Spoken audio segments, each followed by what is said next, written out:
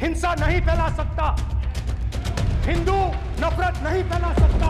और बीजेपी 24 घंटा नफरत, हिंसा, नफरत, हिंसा, नफरत, हिंसा। सर नमस्कार। जवान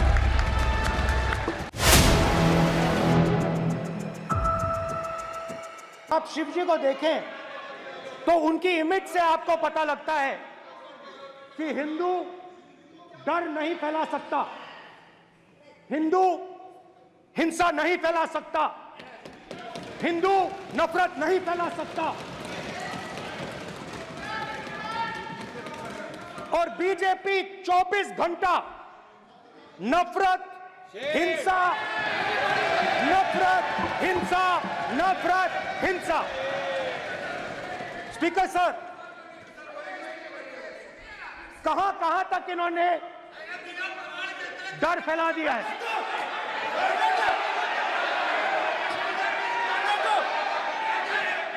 प्लीज सर, कहां तक इन लोगों ने डर फैला दिया? मैं आपको अयोध्या से शुरू करता हूं। सर नमस्कार। जवान अयोध्या ने आपको मैसेज भेजा, अयोध्या ने राम भगवान। मेरा व्यवस्था का सवाल है।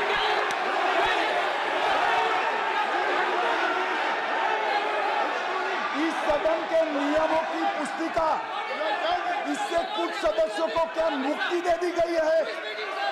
आपके गाइडेंस के बाद भी बार बार तस्वीर बताना, पूरे बीजेपी को हिंसा कर रही है ऐसे कहना, खड़े होकर एक दूसरे के बीच में हस्तधून करना, सारे नियम इनको लागू नहीं होते हैं। नियम मालूम नहीं है तो ट्यूशन रख ले साहब। सदन इस तरह से नहीं चल सकता है। ये सदन, मेरा आपसे आग्रह है कि ये सदन ऑर्डर में रहना चाहिए, नियमों के अनुसार रहना चाहिए। ये हम सभी सदस्यों का आपसे विनंती है। स्पीकर सर, एक मिनट प्लीज। माननीय सदस्यगण, आप ही राम किताब भगवान की जन्मभूमि ने अपेक्षा करता हूं कि अपन इसके नियम प्रक्रिया चले। नो, सब चले। नो, आपने बताया था नियम। नो,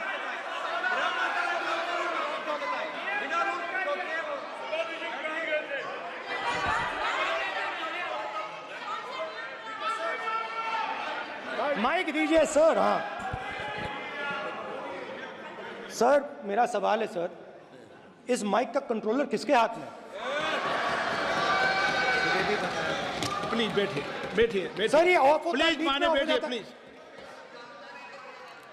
ये बार कई बार विषय उठ गई और बहुत गंभीर, और माननीय सदस्य, आप प्रतिपक्ष के नेता हैं, आप सदन के बाहर भी ये बात कहते हैं कि माइक बंद कर देते हैं। मैंने कई बार आग्रहपूर्वक किया कि आसन पर इस तरीके का आरोप नहीं लगाएं। नो प्लीज, बात सुनिए।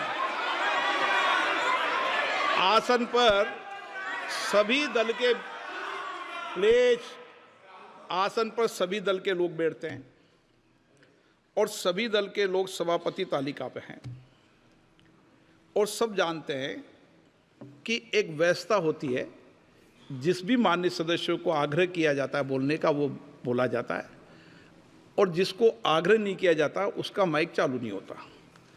आप बोलने के लिए खड़े, आपका माइक कभी बंद नहीं हुआ, कभी बंद नहीं हुआ। आप अगर आसन में जो भी विराज रहे हैं वो अगर आपका नाम नहीं पुकारते हैं तब माइक चालू नहीं होता। ये व्यवस्था हमेशा इस सदन की रही है, पुराने में भी और नए में भी।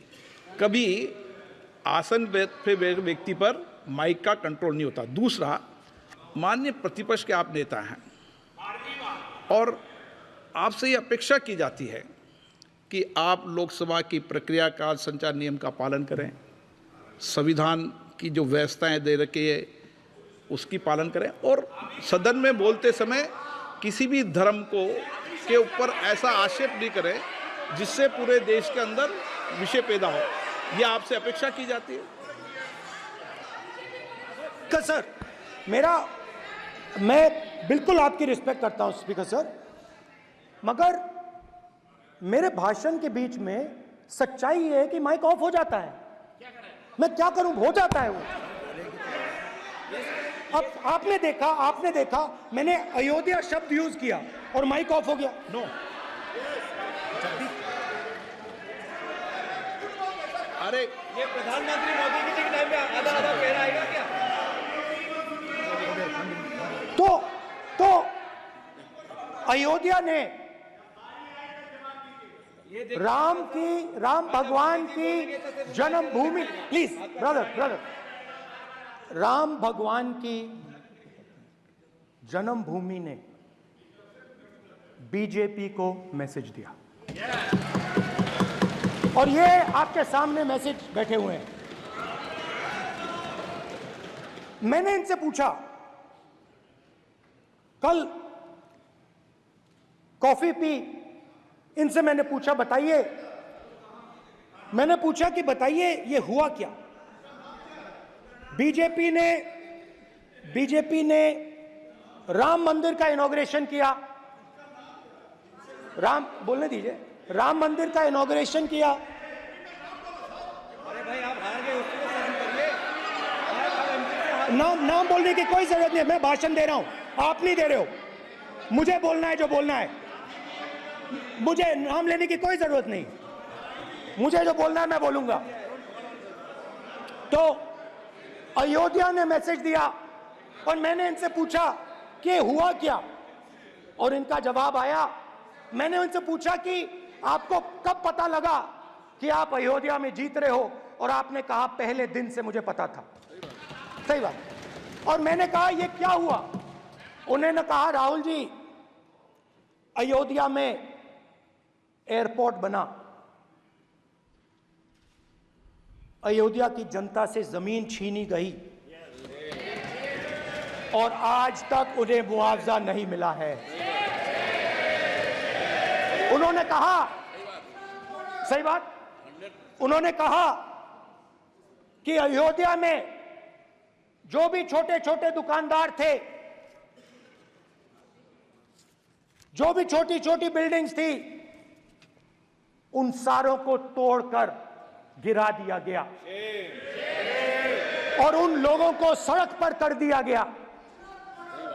इन्होंने यह भी कहा कि अयोध्या के इनॉग्रेशन में अयोध्या की जनता को बहुत दुख हुआ, क्योंकि इनॉग्रेशन में अदानी जी थे, अंबानी जी थे, मगर अयोध्या का कोई नहीं था।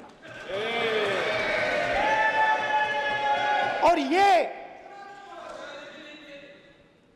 कारण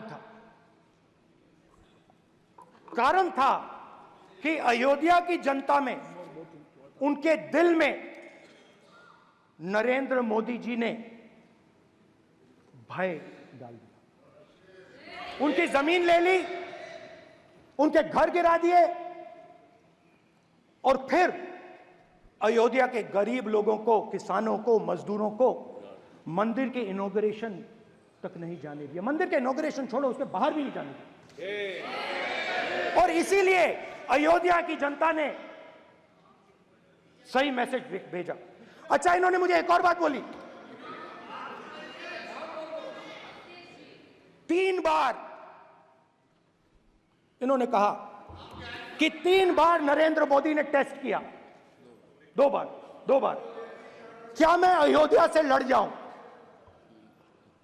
और सर्वेयर्स ने कहा अयोध्या में मत लड़ जाना, अयोध्या में मत लड़ जाना, अयोध्या की जनता हरा देगी। और इसीलिए प्रधानमंत्री वाराणसी गए और वहां बच के निकले।